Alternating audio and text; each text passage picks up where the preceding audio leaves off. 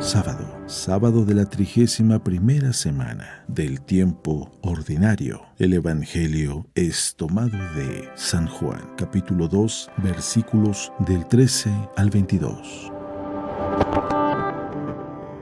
Cuando se acercaba la Pascua de los judíos, Jesús llegó a Jerusalén y encontró en el templo a los vendedores de bueyes, ovejas y palomas, y a los cambistas con sus mesas. Entonces hizo un látigo de cordeles y los echó del templo, con todo y sus ovejas y bueyes. A los cambistas les volcó las mesas y les tiró al suelo las monedas. Y a los que vendían palomas les dijo: «Quiten todo de aquí y no conviertan en un mercado la casa de mi Padre».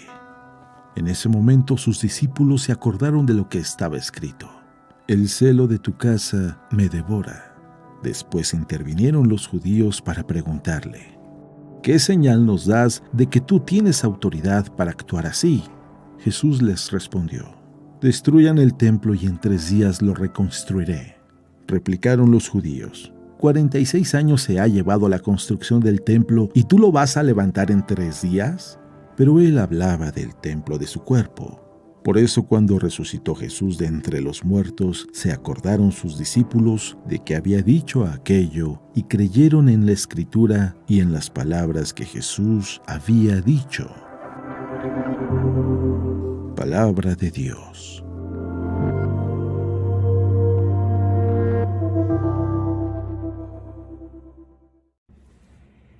Edifica mi iglesia.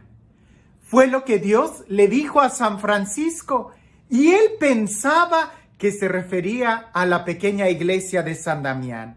Tan así que él empezó a pegar unos ladrillos, sino que después esas palabras de edifica mi iglesia eran mucho más que solamente un templo. El día de hoy estamos celebrando la fiesta de la dedicación de la Basílica de Letrán, y que es una fiesta importante porque significa que de una u otra manera la iglesia cristiana, los católicos, dejamos de ser perseguidos y empezamos a poder congregarnos en un templo público, ya no en las catacumbas, sino en una catedral, que es la catedral del Papa, del obispo de Roma. Y a partir de ahí empezó, pudiéramos decir, cobrando una ciudadanía la fe. Pero claro, muchas veces nosotros podemos malinterpretar o empezamos a distorsionar o empezamos simplemente a acomodarnos, o quizás, en el mejor de los casos, como San Francisco, creyendo que Dios nos está pidiendo algo externo, cuando en realidad lo que nos está pidiendo es algo mucho más interno. En el Evangelio del día de hoy se habla de la purificación del templo. Y aunque muchos me han hecho preguntas sobre algunos de los aspectos que están sucediendo en la iglesia el día de hoy, yo me resisto a dar algún comentario porque creo que es lo que está escrito y hay que leerlo de primera mano y no de lo que otros dicen que sucedió, que dijo. No. El ejemplo más claro es lo que sucedía en el Evangelio, lo que sucedió en el Evangelio, y no solamente en este capítulo, sino en todo el Evangelio, toda la enseñanza de Jesús que está en toda la Sagrada Escritura. Hoy leemos que Jesús entra al templo y había unos vendedores ahí. Jesús, lleno, pudiéramos decir, de un coraje santo, empieza a expulsarlos del templo diciendo: mi casa es casa de oración y ustedes la han hecho una cueva de ladrones. Por ahí personas se acercan a Jesús y le dicen: ¿con qué autoridad haces esto? Y esta es la enseñanza muy bonita. Jesús dice: destruyan este templo y en 3 días lo reconstruiré. Ellos pensaron nuevamente en el sacrilegio, en algo impensable del templo de Jerusalén. Más de 40 años tardó en construir y tú dices que en 3 días. Jesús no se refería al templo de piedras. Él se refería más a él mismo. La acción de purificar el templo era una acción profética que llevaba en sí un significado mucho más profundo. San Agustín lo dice: que los milagros que Jesús hace no se quedan solamente en el nivel físico, externo, material, sino que apuntan a una realidad más profunda, más real, más espiritual. De tal manera que cuando sana a un cojo es porque Jesús quiere que camine en la vida espiritual. Cuando sana a un ciego es porque quiere que vean y reconozcan algo espiritual. ¿Quién es el que está frente a ellos? Y así con cada uno de los milagros. La purificación del templo también entra en esa sintonía. Pero hablemos de toda la Sagrada Escritura en su conjunto. Y hoy, si vas a misa, vas a leer una lectura del Antiguo Testamento. Vas a escuchar el Evangelio y también vas a poder leer una del Nuevo Testamento, de una de las cartas del Nuevo Testamento. Y en ese orden quiero expresar una idea. En el Antiguo Testamento se habla de ese templo donde brota la gracia. Y es que en el Antiguo Testamento, si alguien quería tener una experiencia de la misericordia de Dios, tenía que ir al templo. El templo era el lugar donde el pueblo se reunía y donde Dios hablaba, en el templo, donde estaba la arca de la alianza. Pero en los evangelios, el lugar para tener un encuentro con la misericordia de Dios no es en el templo de Jerusalén, sino en la persona de Jesús. Es Jesús mismo quien se convierte en el nuevo templo. Es Jesús mismo quien es el nuevo sacerdote, la nueva víctima, el nuevo altar, el nuevo lugar donde brotará la gracia y la salvación para todos. Si en el Antiguo Testamento alguien tenía que ir al templo de Jerusalén para experimentar la gracia y la misericordia de Dios, en tiempos de Jesús tenían que ir a Él, en donde estuviera Jesús caminando. De tal manera que si Jesús estaba en Cafarnaúm, todos vámonos para Cafarnaúm. Que si Jesús iba a Jerusalén, todos a Jerusalén. Que si Jesús iba y pasaba por Samaria, todos a Samaria, a Jericó. Era en donde estuviera Jesús. Él era el lugar de encuentro con la misericordia. Él era el rostro de la misericordia de Dios. Pero San Pablo nos explica que tú eres templo vivo de Dios. El día de hoy, donde nosotros tenemos un encuentro con Dios, no es afuera. No es en la catedral, no es en la basílica, es en tu interior. Porque el Espíritu Santo está en tu interior. San Pablo lo dice, ¿no sabéis que sois templo vivo del Espíritu Santo?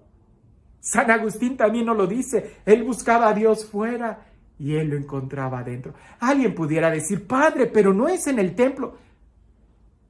La iglesia, el templo, la construcción de piedra que tenemos, aunque sea muy preciosa, no deja de ser algo externo, que sí, simboliza mucho. No le estoy quitando ningún valor.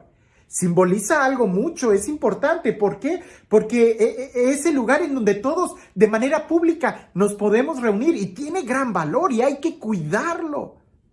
Pero aunque tú estés ahí, el lugar donde tú tienes un encuentro con Dios es en tu interior, especialmente cuando pasas a comulgar o cuando escuchas la palabra y la haces tuya.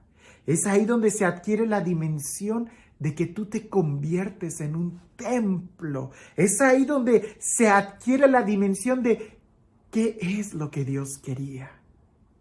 Entonces sí, todo empieza a tener sentido. Entonces entendemos que si yo soy templo, tengo que cuidarme.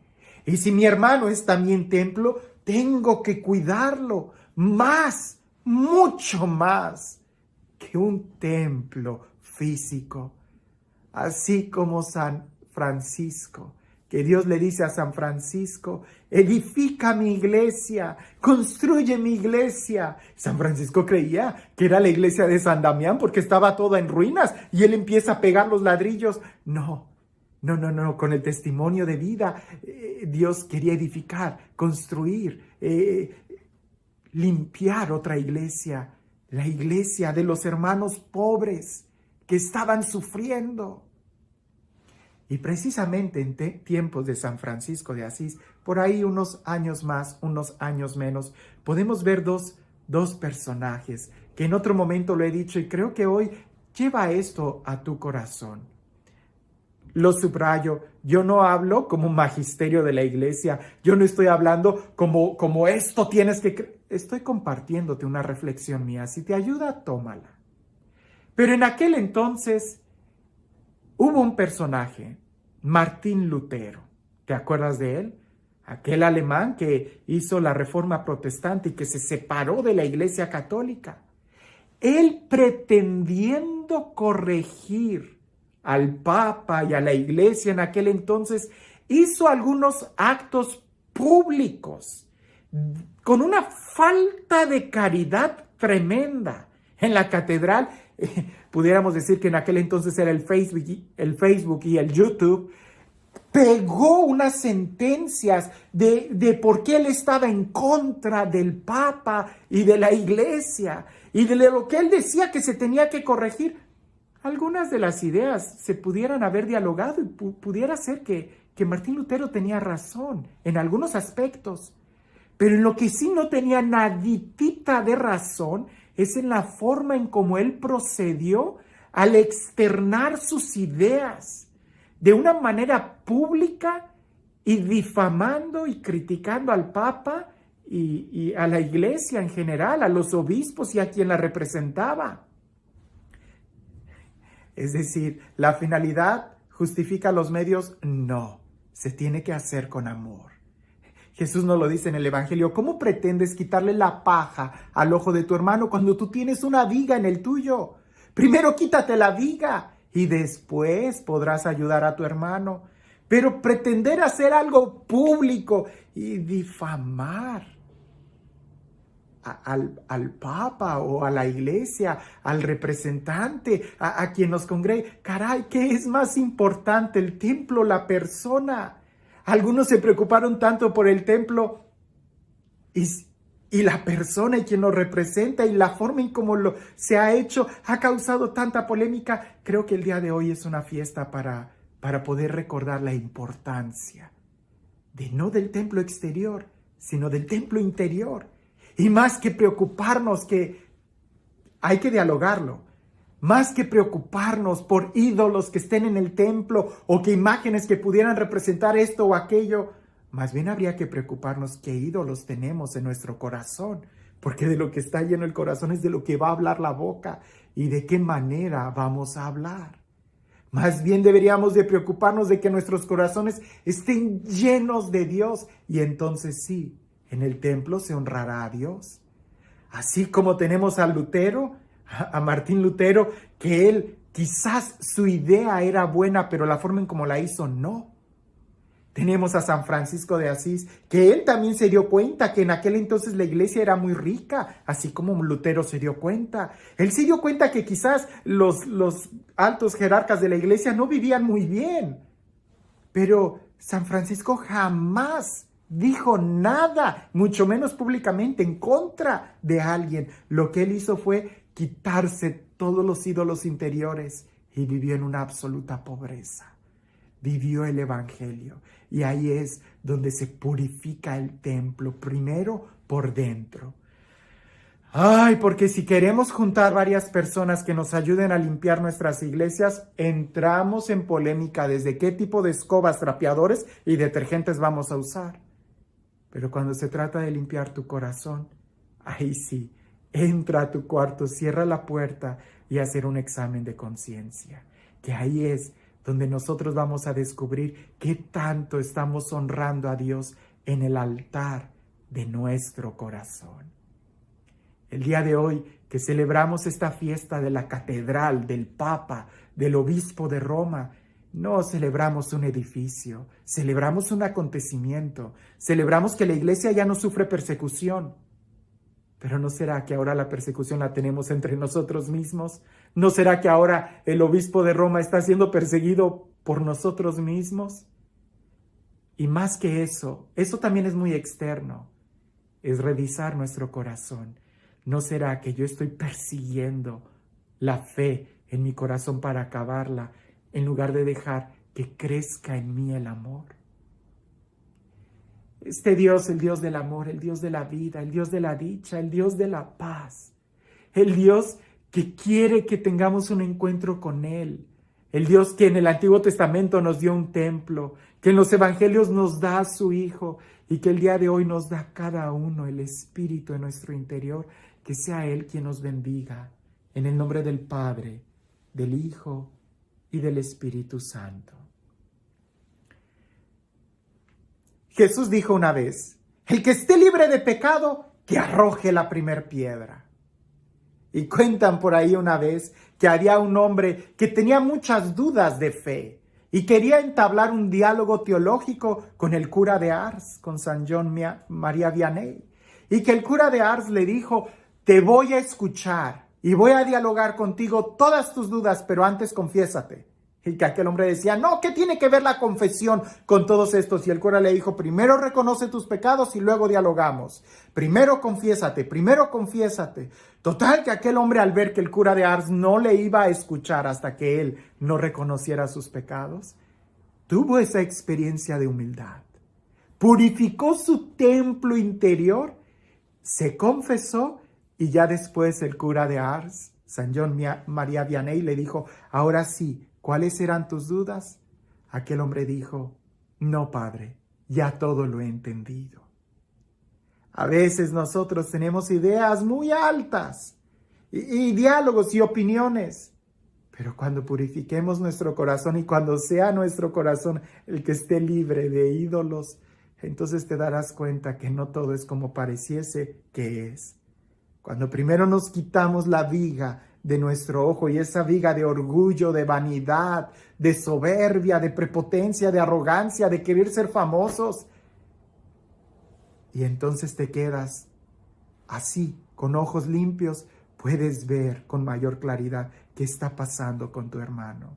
Cuando somos capaces de bajarnos de nuestro árbol para tener un encuentro con Jesús, bajarnos de nuestra soberbia, de nuestras ideas y estamos al mismo nivel, es cuando entonces podemos dialogar. Que lo que te mueva sea el amor. Y si es el amor, brotará con paz y con unidad. Que por los frutos conocemos el árbol. Que tengas un excelente día.